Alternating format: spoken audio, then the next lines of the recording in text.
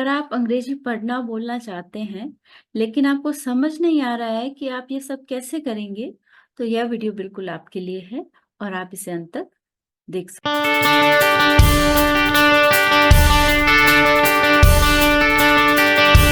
अंग्रेजी वर्णमाला में 26 अक्षर होते हैं और प्रत्येक अक्षर का एक अपर केस और एक छोटा रूप होता है, यानी स्मॉल एबीसीडी और कैपिटल एबीसीडी।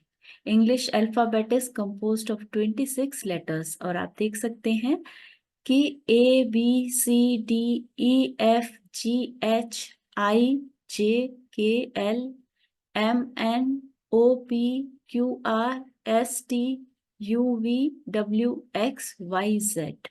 सो ये जो ऊपर लिखा है ये कैपिटल लेटर्स है, या इसे हम अपर केस भी कह सकते हैं, और जो लोअर केस है यानी स्मॉल लेटर्स है वो ये वाले हैं। और बोला इन्हें भी उसी प्रकार से जाता है, लेकिन लिखने में ये थोड़े से अलग होते हैं।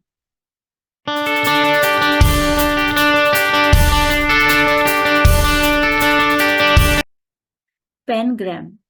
पेनग्राम is a sentence that contain every letter of the alphabet, if possible with each letter only being used once। यानी एक वाक्य में जिस प्रकार से वर्णमाला का प्रत्येक अक्षर शामिल हो, एक ऐसा वाक्य जिसमें वर्णमाला का हर एक अक्षर शामिल हो और संभव हो तो प्रत्येक अक्षर का केवल एक ही बार उपयोग किया जाए, उसे हम पेनग्राम कहते हैं। और इसका एक फैमिलियर एग्जाम्पल आप देख सकते हैं, जो अक्सर टाइपिस्ट के टेस्ट के लिए इसका उपयोग किया जाता है। The quick brown fox jumps over the lazy dog. So यह जो वाक्य है इसके अंदर सारे 26 वर्णमाला के अक्षरों का उपयोग किया गया है, इसीलिए इस वाक्य को पेनग्राम कहते हैं।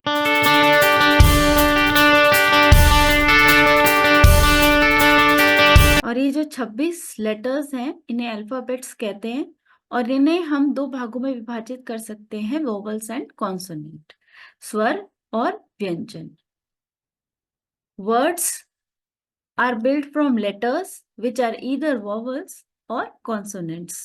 शब्दों का निर्माण उन अक्षरों से होता है जो या तो स्वर होते हैं या फिर व्यंजन होते हैं। तो ये सारे लेटर्स आपके सामने हैं, ए से लेकर के जेड तक। ए ये ऊपर वाले कैपिटल लेटर्स हैं और नीचे वाले स्मॉल लेटर्स हैं, अपर केस और lower case. A B C D E F G H I J K L M N O P Q R S T U V W X Y Z.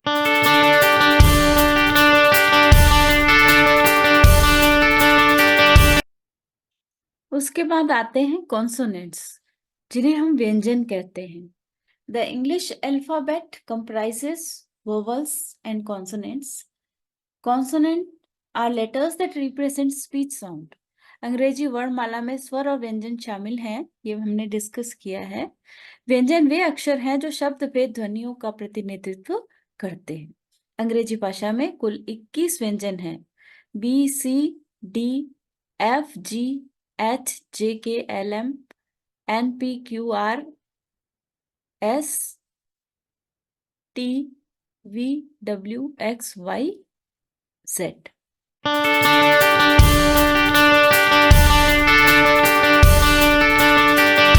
या स्वर। Vowels on the other hand are letters that represent sound. दूसरी ओर जो स्वर वे अक्षर हैं जो उन ध्वनियों का प्रतिनिधित्व करते हैं। The English vowels are A, E, I, O, U.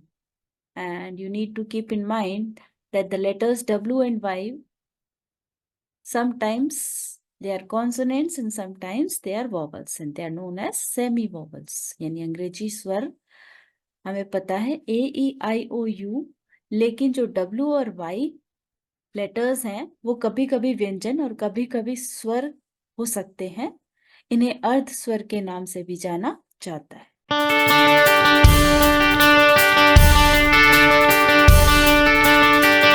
उसके बाद आते हैं 8 पार्ट्स ऑफ स्पीच, शब्द भेद।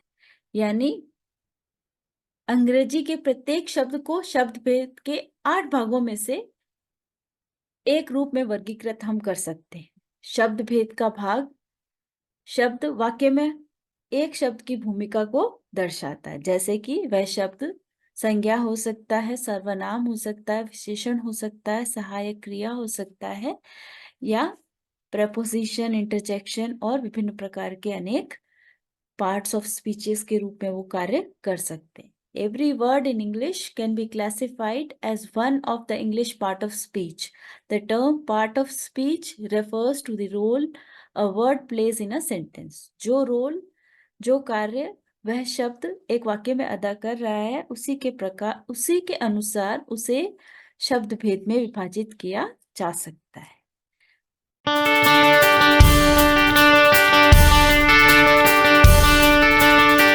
हम देखेंगे कि ये 8 पार्ट ऑफ स्पीच कौन कौन से होते हैं. सबसे पहले आता है noun. Noun name of a person, place और थिंग. जैसा कि हमने सदैव ही पढ़ा है, नाउन यानी संज्ञा. किसी व्यक्ति, वस्तु, स्थान या जानवर के नाम को हम संज्ञा कहते हैं. कुछ एग्जाम्पल्स हैं: butter, house, man, girl. Pronoun यानी सर्वनाम, used in place of noun to avoid repetition. सर्वनाम का उपयोग संज्ञा के स्थान पर किया जाता है ताकि हम उस संज्ञा को बार बार न बोलें या उसके रिपीटिशन को अवॉइड कर पाए. इसके लिए हमें प्रोनाउन का उपयोग करना होता है. और इसके एग्जाम्पल्स आप देखेंगे: ही, शी, दे, एक्सेट्रा. उसके बाद तीसरा पार्ट ऑफ स्पीच आता है वर्ब. वर्ब एक्शन वर्ड्स, यानी कोई कार्य जो कर्ता किसी कार्य को करता है वो वर्ब कहलाती है. जैसे कि जंप, सिट, वॉक, स्लीप.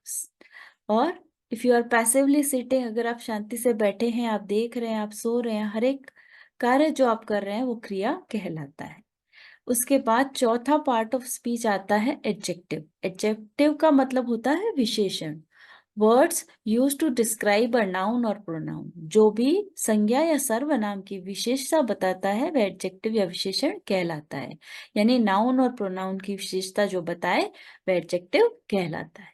जैसे कि blue, smart, beautiful, intelligent, trustworthy, etcetera. Adverb पांचवा पार्ट्स ऑफ स्पीच है. एडवर्ब का मतलब होता है सहायक क्रिया. It adds something to the meaning of verb और एडजेक्टिव. तो यह वर्ब या एडजेक्टिव की क्वालिटी को बताता है, वह एडवर्ब कहलाता है. जैसे जेंटली, केयरफुली, एक्सेट्रा. यूजुअली हम अगर आइडेंटिफाई करना चाहें तो देखेंगे कि एडवर्ब के पीछे ly लगा रहता है, लेकिन हर बार यह लागू नहीं होता है. उसके बाद आता है प्रेपोजिशन.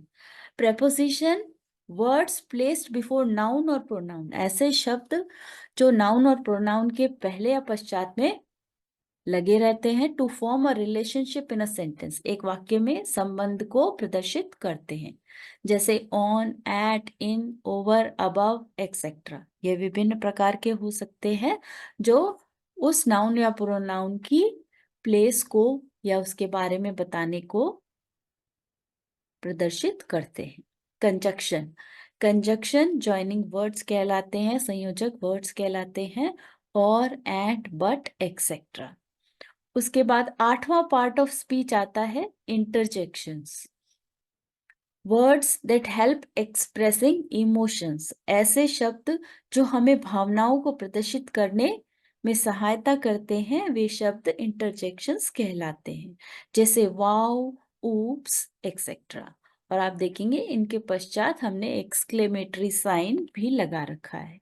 ये जो साइन है इसे हम एक्सक्लेमेटरी या विस्मयबोधक चिन्ह के रूप से जानते हैं. अगले वीडियो में हम ये जो 8 पार्ट ऑफ स्पीच जिनके बारे में आज हमने जाना, इनको हम डिटेल में अध्ययन करेंगे कि किस प्रकार से एक वाक्य में इनका फंक्शन होता है. ठीक है, thank you very much. Video बहुत बड़ा ना हो इसके लिए मैंने आज छोटे से वीडियो से शुरुआत की है. आशा करती हूँ यह प्रयास आपको पसंद आएगा. और आपके जो भी कमेंट्स हैं, आपकी जो भी इच्छाएं हैं, आप जिस प्रकार से जो भी चीज़ सीखना चाहते हैं, आप कमेंट बॉक्स में